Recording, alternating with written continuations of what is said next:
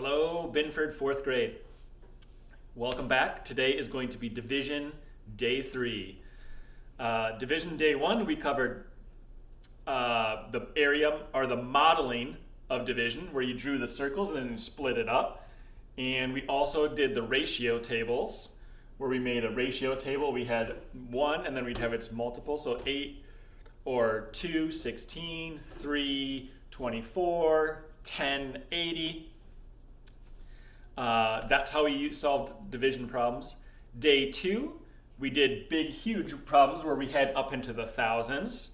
And we also talked about how 80 divided by 8 is the same as saying 80 divided by 8, where we just, when you see this symbol, you just read from the inside out. So 80 divided by 8, 80 divided by 8. Some of you can probably see that it's 10.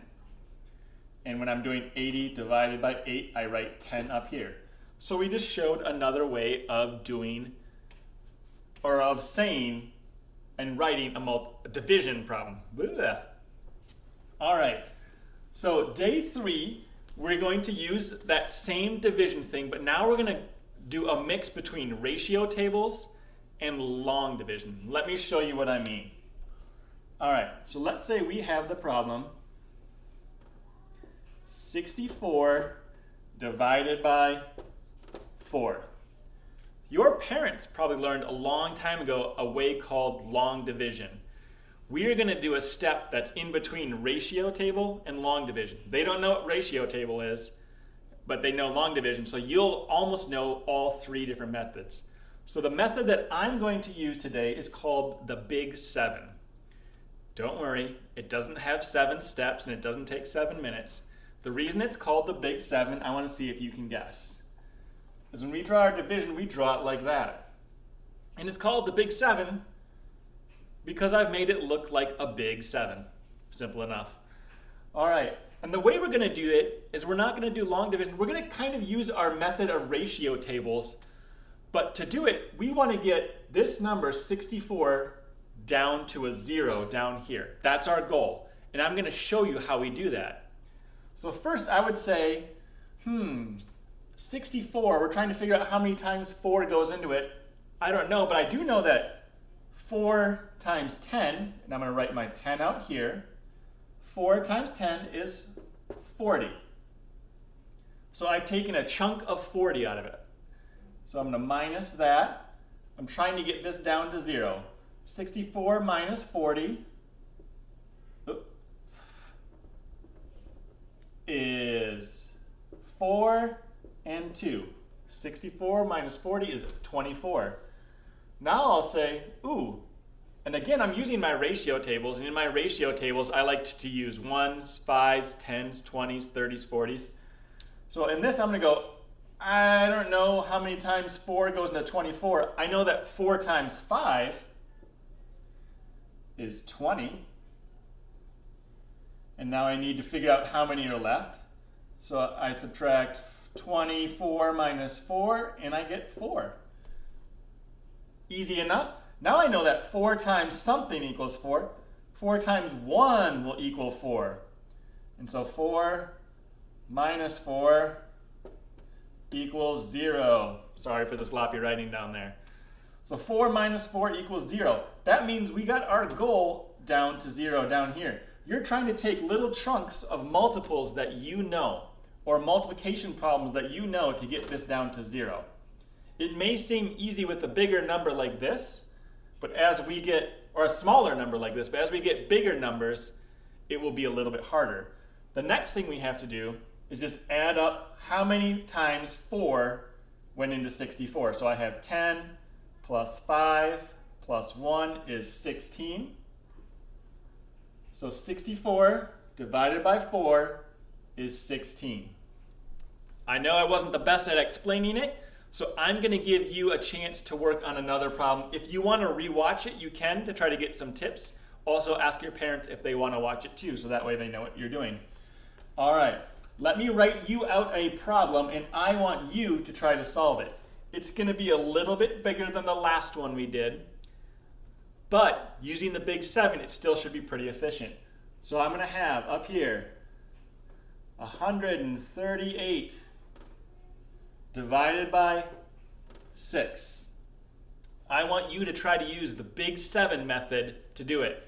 More efficient, as we keep getting more efficient, than ratio tables, because you don't have to draw out all the ratio tables and do guessing numbers. But it's very similar that you're going to use ratios that you know. So go ahead, hit pause, and give it a try yourself.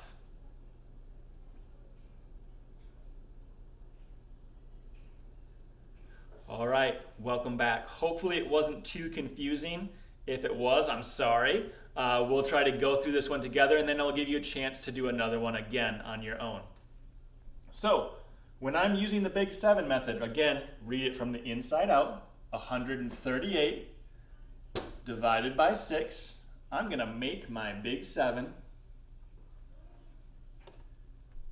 And now I'm going to start to try to get this number down to 0 by doing it with multiples. So again, I like to start off with numbers that I know. 1s, 5s, 10s, 20s, 30s. When I'm looking at this, if we do it by 1s, it's going to take forever. So I'm going to jump up right away, and I'm going to say, I know that 10 times 6 is 60. So I'm going to write a 10 here and a 60. And then I subtract them. I get 8. And, can't do 6 minus 3, so I'm going to make that a 0. Turn that to 13, and I get 78. Again, I know that a 60 will go in there, so I can do a 10. 10 times 6 is 60.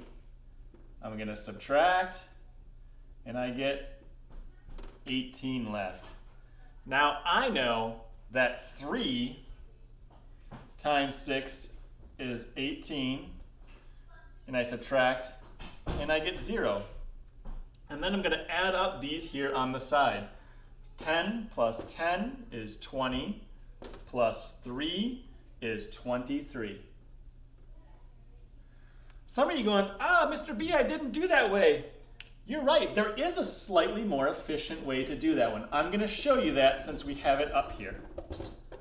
And this is where it helps to know your multiples, especially when multiplying by 5s, 1s, 5s, 10s, 20s, 30s, 40s. So I have 138 divided by 6. Some of you said, well, I know that 6 times 20 is 120. So I can put a 20, and I can write 120. And then you subtract those, and you get 18. And then you can say, well, 6 times 3 is 18.